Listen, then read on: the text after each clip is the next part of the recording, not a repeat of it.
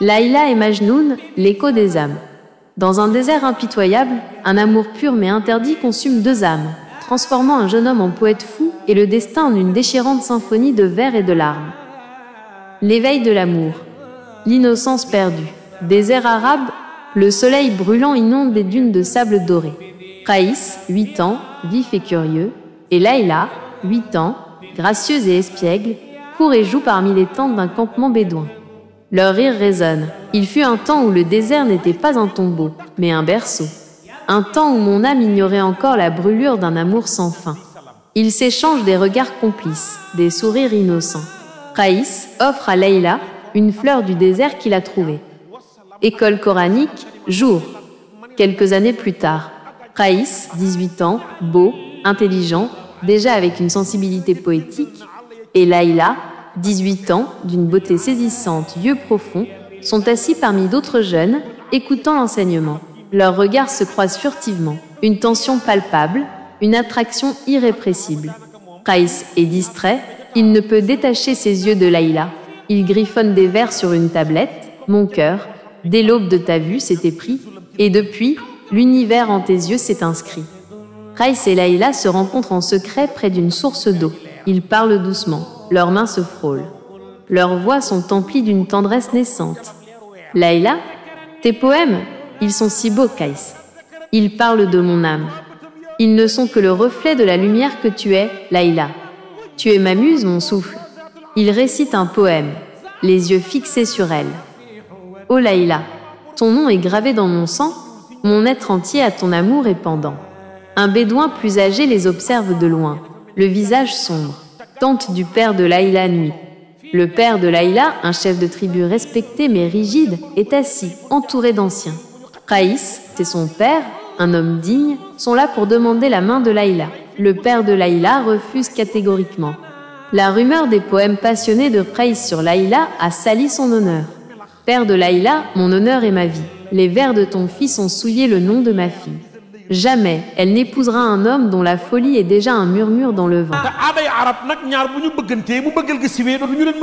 Majnunu Layla maltaxa Raïs yónni ay mbokkam pour ñu may ko Layla ay mbokki Layla gàntal ko Majnunu Layla maltaxa Raïs yónni ay ndijaayam ñu ni xam ngeen lu xew aaday arab ñaar bu ñu bëggantee ba mu siiw ci pénc mi dootu ñu leen mën a mayeeti Majnunu Layla maltaxa Raïs est dévasté. Il tente de s'exprimer, mais son père le retient.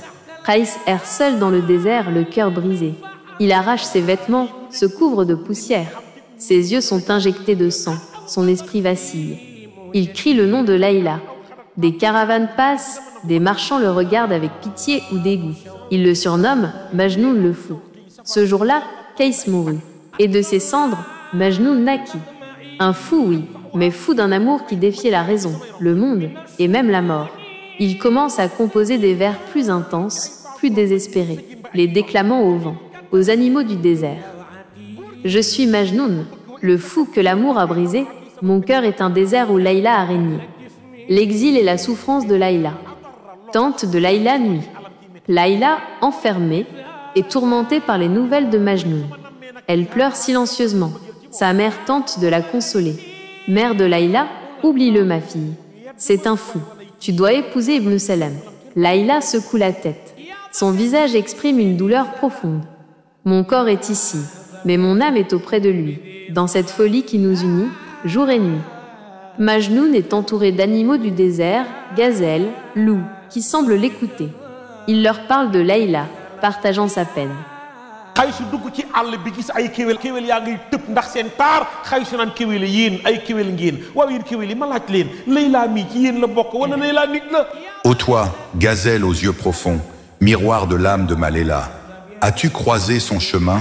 As-tu senti le parfum de sa présence dans l'air brûlant? Tes bonds légers ressemblent au battement de mon cœur lorsqu'il espère un signe d'elle. Dis-moi, as-tu vu la lune descendre sur terre? C'était elle, ma Layla.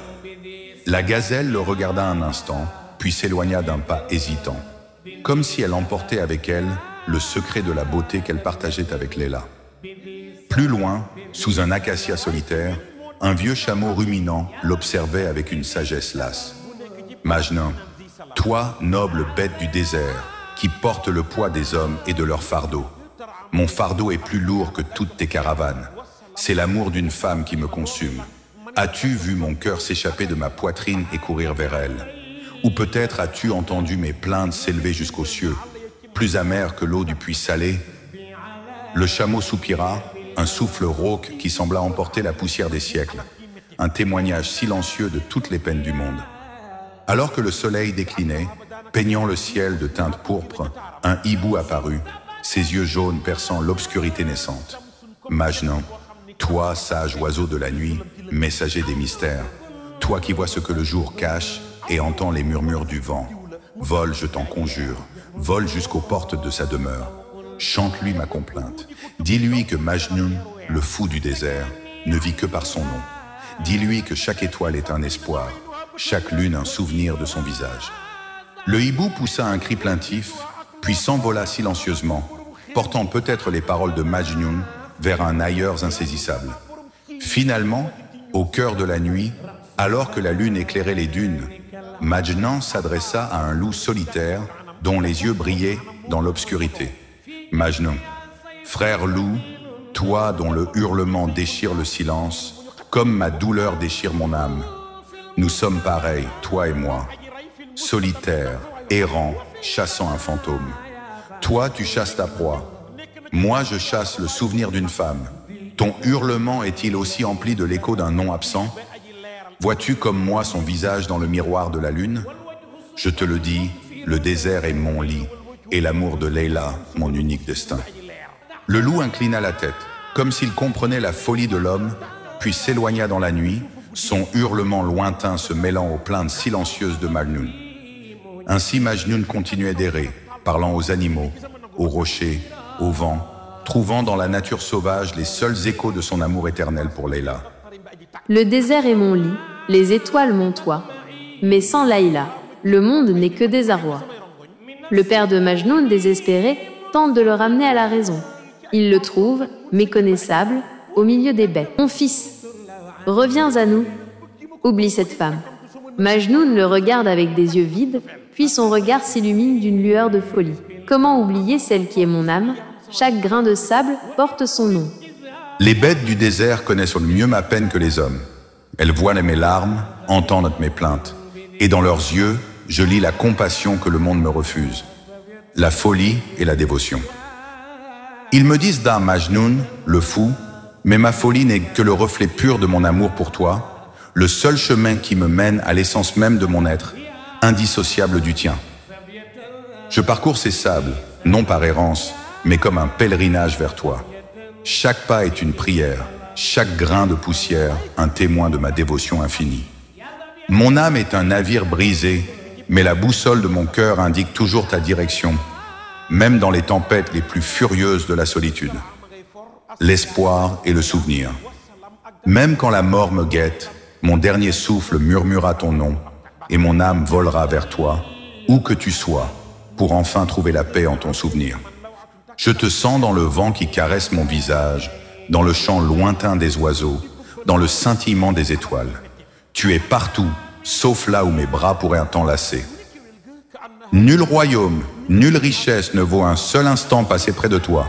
Mon unique trésor est ton souvenir, mon seul espoir, l'écho de ton amour. Il s'enfuit, courant vers l'horizon. Layla est forcée d'épouser Ibn Salam, un homme riche et respectable, mais qu'elle n'aime pas. La cérémonie est sombre, sans joie. Pendant ce temps, Majnun, guidé par une force invisible, s'approche du campement. Il entend les tambours du mariage. Il s'effondre, déchiré par la douleur. Le son des tambours de ton hymen me transperce. Chaque battement est une lame qui me perce. Tante de Layla, des poètes et des voyageurs, touchés par l'histoire de Majnun, deviennent ses messagers. Ils portent ses poèmes à Layla et lui rapportent ses nouvelles.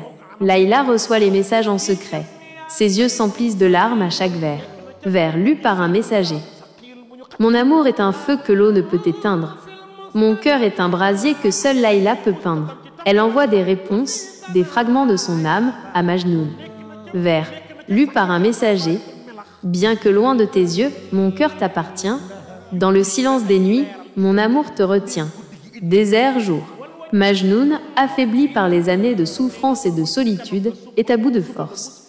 Son corps est émacié, mais ses yeux brillent encore d'une folle intensité. Il s'agenouille près d'une tombe, celle d'un ami qui a tenté de le raisonner. « Bientôt, mon ami, nous serons réunis. » Et Layla, elle m'attend. Il sent sa fin approcher. Il récite son dernier poème, un murmure au vent. « Ô mort, si tu es le chemin vers mon amour, alors viens, je t'accueille en ce dernier jour. » Layla est malade, consumée par le chagrin et la résignation. Elle sent la fin de Majnoun. « Layla, il m'appelle. » Je l'entends dans le vent. Elle murmure un dernier vers. « Même dans la mort, nos âmes se rejoindront. Dans l'éternité de l'amour, elles fleuriront. » Majnoun s'effondre doucement sur le sable. Le clair de lune éclaire son visage apaisé. Certains disent que son esprit s'envola pour rejoindre le sien, au-delà des étoiles, au-delà du temps. Layla ferme les yeux, un léger sourire sur les lèvres. Désert arabe, jour, des années plus tard. Un vieil homme, un conteur, est assis près d'un feu, racontant l'histoire de Majnoun et Layla à un groupe d'enfants. Et ainsi leur amour devint une légende, un murmure dans le vent du désert, un poème éternel. Les enfants écoutent, fascinés.